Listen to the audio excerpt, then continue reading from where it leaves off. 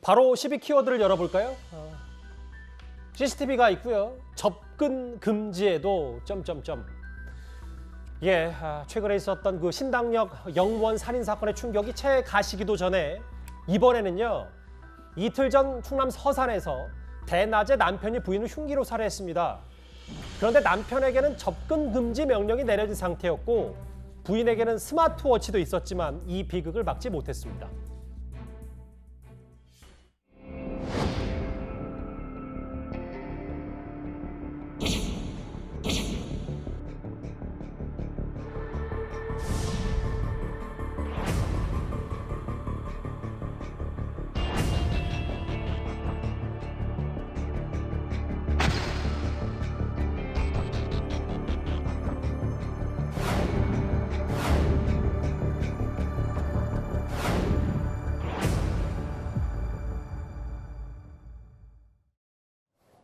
승재현 의원님. 예.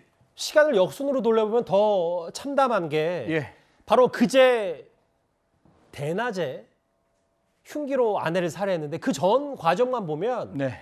부부 분류 조치가 분명히 돼 있었고 두 차례 경찰이 나왔고 실제로 접근 금지 명령이 있었는데도 이런 사고가 벌어졌다. 어떻게 판단하세요?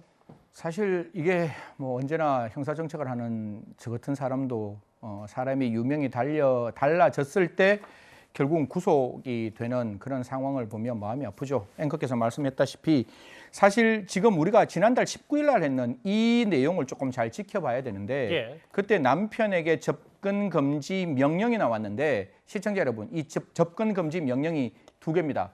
100m 접근하지 마세요. 역시 똑같습니다. SNS로 문자하지 마세요. 이게 법원에서 나오는데 물경 한 15일 이상이 걸렸던 접근 금지 명령, 즉 그 내용이 100m 접근 금지, SNS 하지 마라는 정도의 가정폭력에 접근 금지라면 과연 이게 가정폭력을 줄일 수 있을까? 그리고 난 다음에 결국 경찰이 불렀어요. 나오세요. 이제는 당신 좀 나오셔 조사받아야 되겠습니다. 하도 많이 피해자에게 다가가니까 예. 그 말 듣고 그 다음 날 부인을 살해했다는데 그 남편의 말이 더 어처구니가 없습니다. 술을 먹어서 기억나지 않는다. 이게 말인지 뭔지는 저는 정말 모르겠습니다. 근데 저게 지금 보면 물론 저 흉기 휘두른 남편은 네. 술에 취해서 기억이 안 난다고 하고 있지만 저 영상을 보면 글쎄요 뭐 제가 전문가는 아닙니다만 골목길에 숨고 막 뛰어가는 부인을 쫓아가서 흉기를 휘두르거든요. 저게 어떻게 그러니까요. 그래서 제가 지금 술 마시고 하는 짓인지. 그러니까요. 예.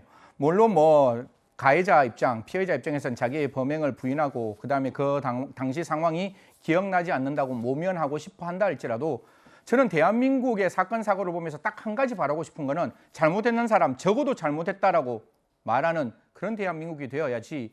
이게 제가 좀 다른 레토릭을 해서 좀 죄송스럽지만 정치권에서도 잘못했는 사람이 단 한 번도 잘못하지 않았다고 말하는 그 상황이 대한민국 모든 국민에게 똑같이 전염병을 퍼뜨리는 게 아닌가. 잘못했으면 잘못했다. 먼저 사과하는 대한민국 사회가 됐으면 좋겠습니다.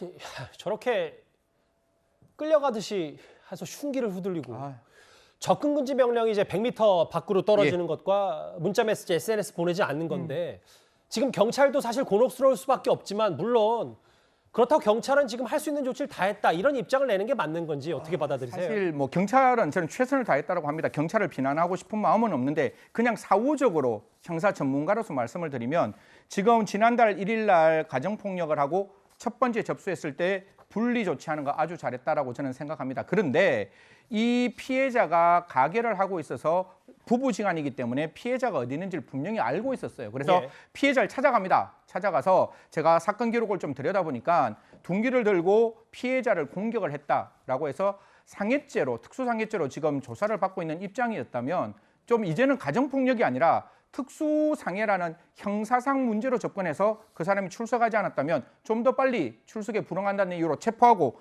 난 다음에 문제가 있었다면 구속영장까지 청구했다면 지금의 사망은 막을 수 있지 않았을까라는 사후적으로 드는 아쉬움은 분명히 있다라고 말씀드리겠습니다. 충격적인 사건 저희가 뭐 앞으로도 좀 더 지켜봐야 될 문제예요.